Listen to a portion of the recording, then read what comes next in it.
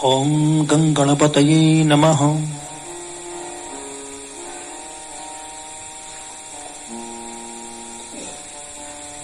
रामाय रामचंद्राय रामभद्राय वेधसे रघुनाथाय नाथाय सीताय पतये नमः।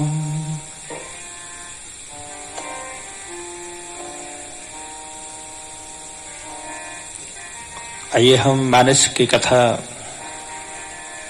का रसास्वादन करें। अरण्यकांड की कथा, तृतीय सोपान। प्रारंभ में भगवान शिव ने मातेश्वरी पार्वती जी से कहा, उमा राम गुण गूढ़ पंडित मुनि पावहि वीरति पावहि मोह विमूढ़ जे हरि विमुखो न धर्मोरति। शीर्षक क्या है कि भगवान राघवेंद्र सरकार के जो गुण हैं वो अत्यंत गूढ़ हैं। गूढ़ का मतलब छिपे हुए हैं, रहस्यमय है। राम जी की कथा को सुनकर के पंडित मुनि पावहि वीरति, पंडित और मुनि तो विरक्ति को प्राप्त होते हैं, पर पावहि मोह विमूढ़, जो विमूढ़ लोग हैं मोह को प्राप्त हो जाते हैं। विमूढ़म मोहानुप्राप्नो बनती। चरित्र एक ही है, किसी को मोह प्राप्त होता है, किसी को विरक्ति प्राप्त होते हैं। विपरीत अवस्था, अनुकूलता प्रतिकूलता। पर देखा जाए तो जहां वैराग्य है वहां मोह नहीं, और जहां मोह है वहां वैराग्य नहीं आता। ठीक उसी प्रकार से जहां राम तह काम नहीं, जहां राम तह काम नहीं,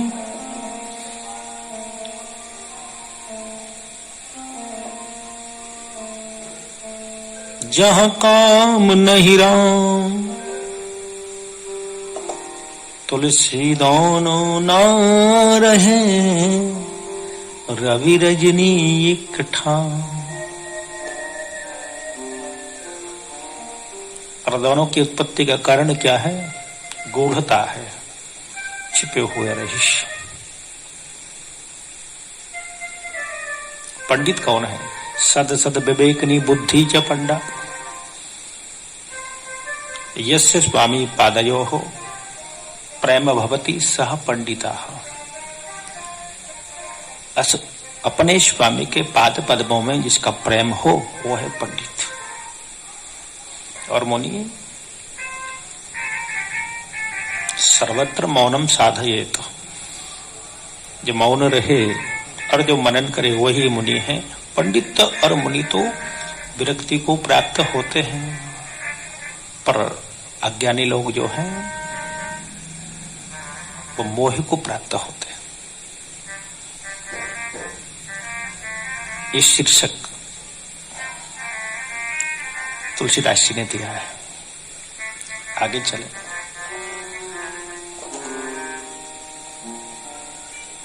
पुर नैर भर तो प्रीति में गाई,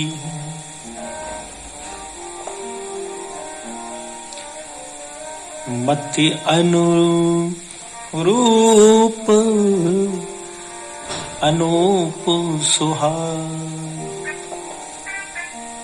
अब प्रभु चरित सुनहु अति पावन, करते जे बन सुर नर मुनि भावन।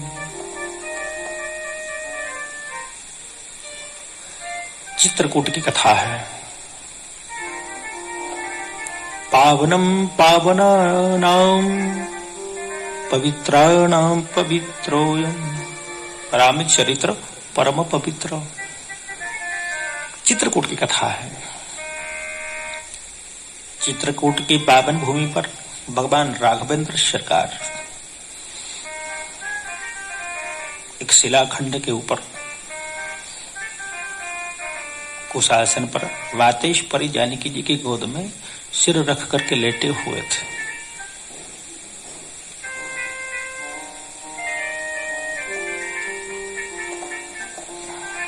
और उसी दिन राम जी ने मातेश्वरी जानकी जी का अपने हस्त कमलों से श्रृंगार किया था।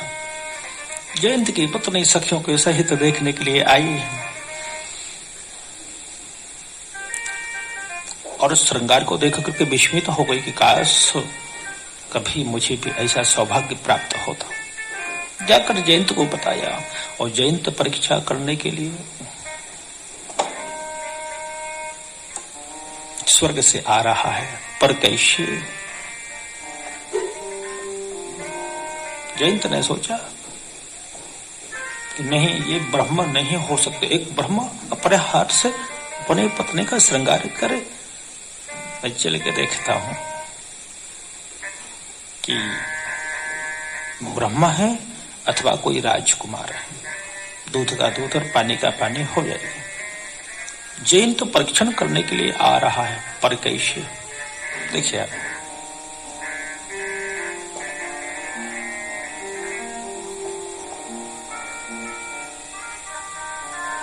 सुरपति सुतुधरु सुरपति सुत धरी बाय सुबेखा सठ चाहते रघुपति बल देखा। इंद्र का पुत्र जयंत वायस वेश धारण करके रामचंद्र जी का बल देखना चाहता है। रूप रखा कौआ का। ये अद्भुत चरित्र है, ध्यान देने की आवश्यकता है।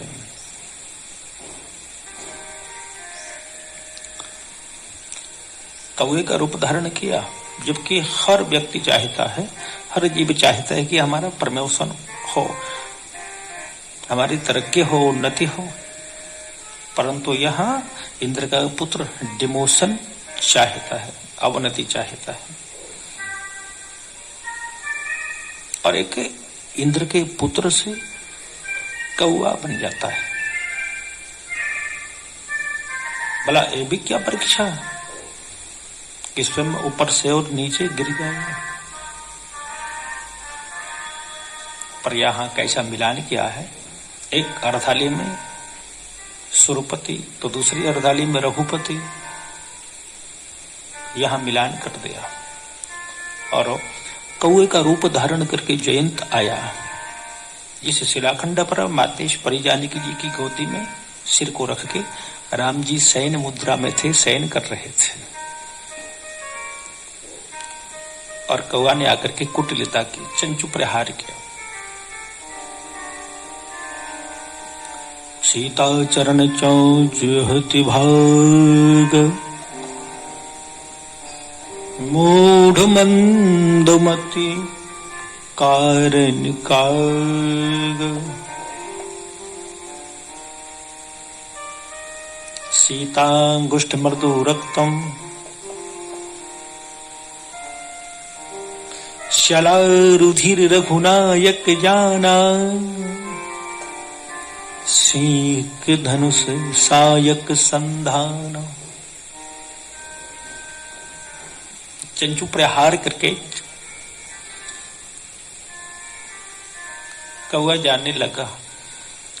परमात्मेश्वरी जानकी जी ने कुछ नहीं कहा कि मैं कहीं प्रभु को जगाते हूं तो विश्राम में विक्षेप होगा। और भक्त कभी नहीं चाहता कि भगवान को कभी भी विक्षेप हो, नहीं जगाया। पर ततो रामः प्रबुद्धयात् दृष्ट्वा पादं कृतव्रणम्। ये खून जैसे ही स्पर्श हुआ राम जी जाके और देखा मातेश्वरी जानकी जी के पैर से खून निकल रहा था। सामने कौआ खड़ा था तो राम जी ने जिस कुशासन पर बैठे थे वहीं से एक सीख को निकाला और संधान करके कौए के ऊपर चलाया।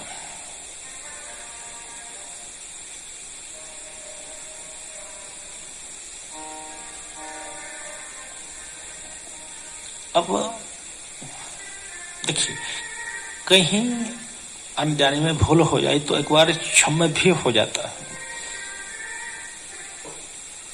आने जाने का अपराध क्षम्य है, पर यहां जानबूझ करके जयंत ने कुटिलता की है। अति कृपाल रघुनायक जाहि दीन परने, अति कृपाल रघुनायक सदा दीन परने, तासन आई कीन छलो मूर्ख अभिगुण गे। राम जी कृपालु नहीं अति कृपालु हैं, मतलब बहुत कृपा करने वाले हैं, अत्यंत कृपा। उन्हीं से आकर के जयंत ने छल किया।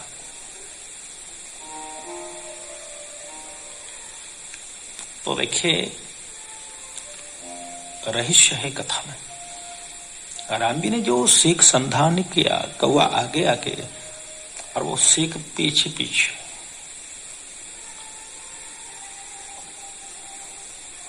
कौआ भागे जा रहा है ठीक पीछे पीछे। और क्या हुआ? प्रेरित मंत्र ब्रह्म सरधाव, चलाओ भाजी वायसु भयो पाव, सदर्भम संसराद ब्राह्मणाश्रय न योजयेत। राम जी ने जो बाण जो सीख छोड़ी वो पीछे पीछे। अब यहां श्रोता कहते हैं कि क्या आवश्यकता थी सीख को छोड़ने की, बाण ही छोड़ देते।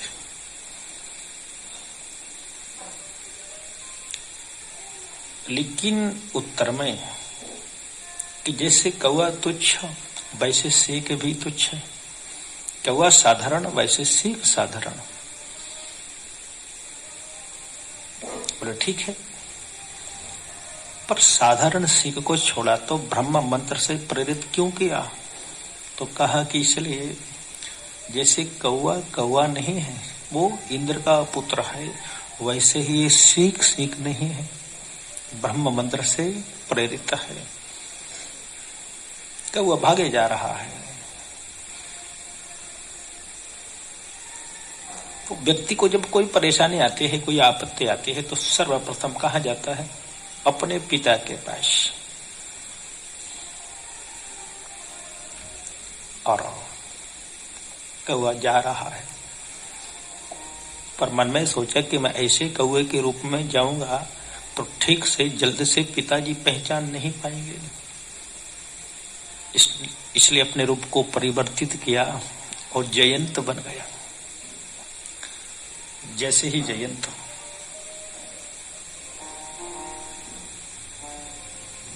आगे बढ़ा, निज धरि निज रूप गयो पितु पाहि, रावी विमुखो रखाते ही नाय। निज रूप में आया और पिता के पास गया, पर इंद्र समझ गए कि राम जी का अपराध किया है। कौआ पहुंचा,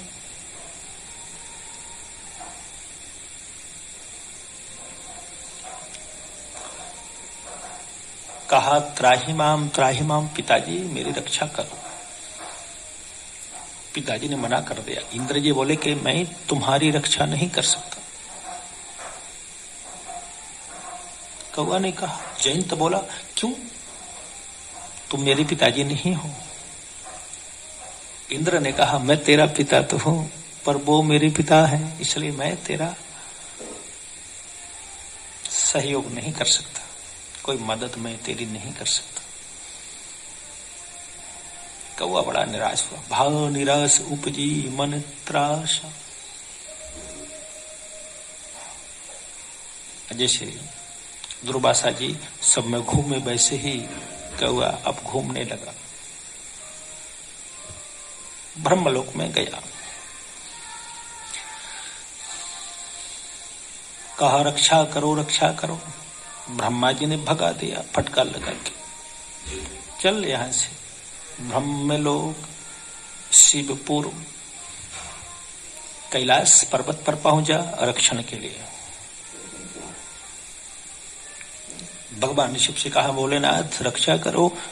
भगवान शिव त्रिशूल लेके दौड़े काई के भोलेनाथ। जब अपराध किया तब भोलेनाथ याद नहीं आए, भाग यहां से।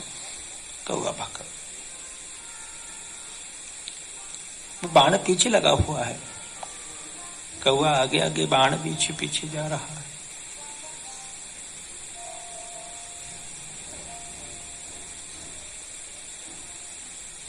फिर श्रमित व्याकुल भय शोका।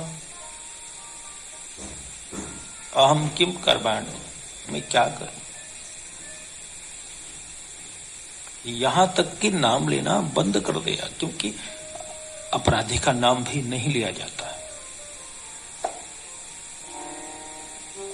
काहू न बैठन कह न ओही,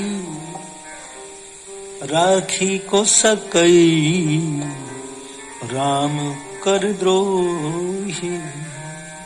काहू न बैठन कह न ओही, क्योंकि रामद्रोही को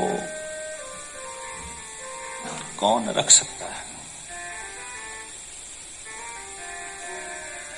रामद्रोही है, राम विमुख है, उसके लिए मात मृत्यु पितु समन समान। माता ही जो जननी जन्म भूमि स्वर्गादपि गरीयसी, स्वर्ग आदि से भी बढ़कर होती है, वही माता। यदि जीव राम विमुख हो जाए, मात मृत्यु, मृत्यु के समान हो जाते हैं। पिता समान, यमराज के समान हो जाते।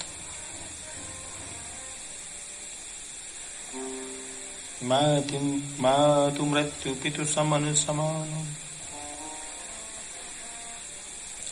और अमृत उसके लिए विष के सदृश हो जाता है।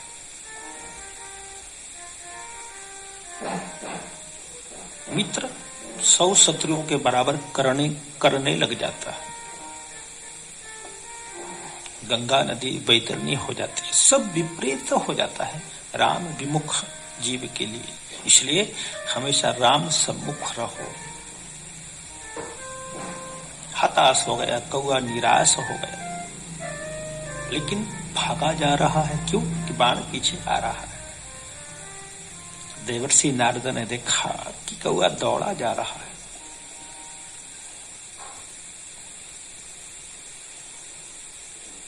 परेशान उपकाराय कृतम कर्म उपकारः कथ्यते। नारम ज्ञानम ददातीति नारदा। देवर्षि नारद ने देखा कि कौआ दौड़ा आ रहा है। कौए ने उधर नहीं देखा, और देख भी लिया हो तो सोचा कि पिताजी जो देवताओं के राजा है, उनसे कुछ नहीं हुआ। ब्रह्मा जी ने भगा दिया, भगवान शिव रक्षा नहीं कर पाए, तो ये बाबा जोगी क्या कर पाएंगे, ध्यान नहीं गया। लेकिन नारद जी ने देखा नारद देखा विकल जयंता, लागी दया कोमल चित संता।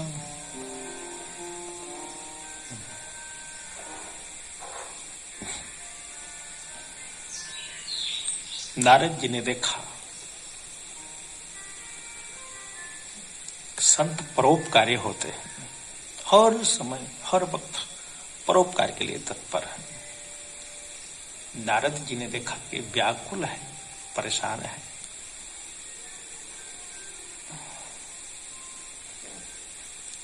आवाज लगाई, अरे जयंत कहां भागे जा रहे हो? जयंत ने पीछे मुड़ के देखा और कहा, देखते नहीं बाण पीछे आ रहा। जयंत बोला, कुछ कहना है तो भागते भागते कहो, मेरे साथ भागो और भागते भागते जो भी कुछ कहना है कहो। क्योंकि जयंत को लग रहा था कि यहाँ रक्षा होने वाली नहीं है, जब वहां नहीं हो पाई जहां होनी थी तो यहाँ क्या होगी।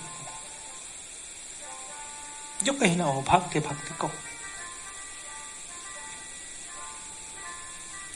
देवर्षि नारद ने बहुत अच्छी बात कही, अरे जयंत, ये बाण तुम्हारे पीछे जो आ रहा है, तुम्हारे पीछे जो बाण चला आ रहा है, क्या तुम बाण से ज्यादा भाग सकते हो? जयंत को लगा कि बात तो ठीक है, नहीं भाग सकते। अरे बाण तुम्हें कहीं मारता, जलाता, इतनी देर लगाता क्या? ये तुम्हें मारने के लिए नहीं, ये डराने के लिए पीछे जा रहा है, पीछे पीछे आ रहा है। अब जयंत को लगा कि बात में तो कुछ दम है। बोले, सुनो सुनो जयंत, मैं उपाय बतलाता हूं। जिनका तुमने अपराध किया है उन्हीं के पास जाओ। जयंत ने कहा कि उनका तो मैं अपराध करके आया हूं। बोले, हाँ, पुनः उनके पास जाओ। वो कहेंगे कि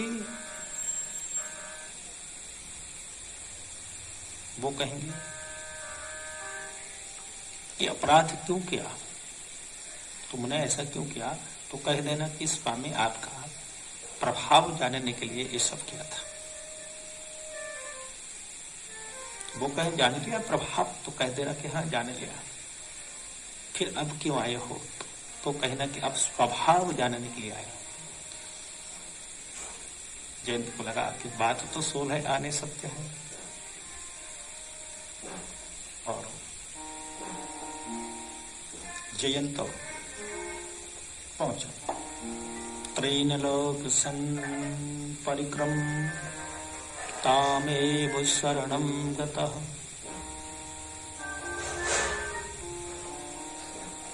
पठवा तुरत राम पहिताहि, कहे से पुकार प्रणतो हित पाहि। राम जी के पास कौआ गया, त्राहि माम कह के लेट गया चरणों में। राम जी बोले, भाई क्यों आए थे? तो कहा कि प्रभु तुम्हारा प्रभाव जानने के लिए। तो कहा कि जान लिया प्रभाव? बोले, जान नहीं, समझ भी लिया। पिता ने जिसकी रक्षा नहीं की, कौन कर सकता है संसार में रक्षा? और अब क्यों आए हो? तो कहा स्वामी तुम्हारा स्वभाव जानने के लिए। राम जी ने कीन मोहे वस द्रोहि जद्यपित ही कर बद उचित, प्रभु छाण्यो करि छोहि को कृपाल रघुवीर। राम जी ने अभय कर दिया, अभयम ते प्रदासयम गच्छ गच्छ यथा सुखम। तो ये मानस की कथा है। कथा सुन करके हम अपने जीवन को परिवर्तित करें और अज्ञान को छोड़ें। हमें कभी मोह नहीं करना चाहिए।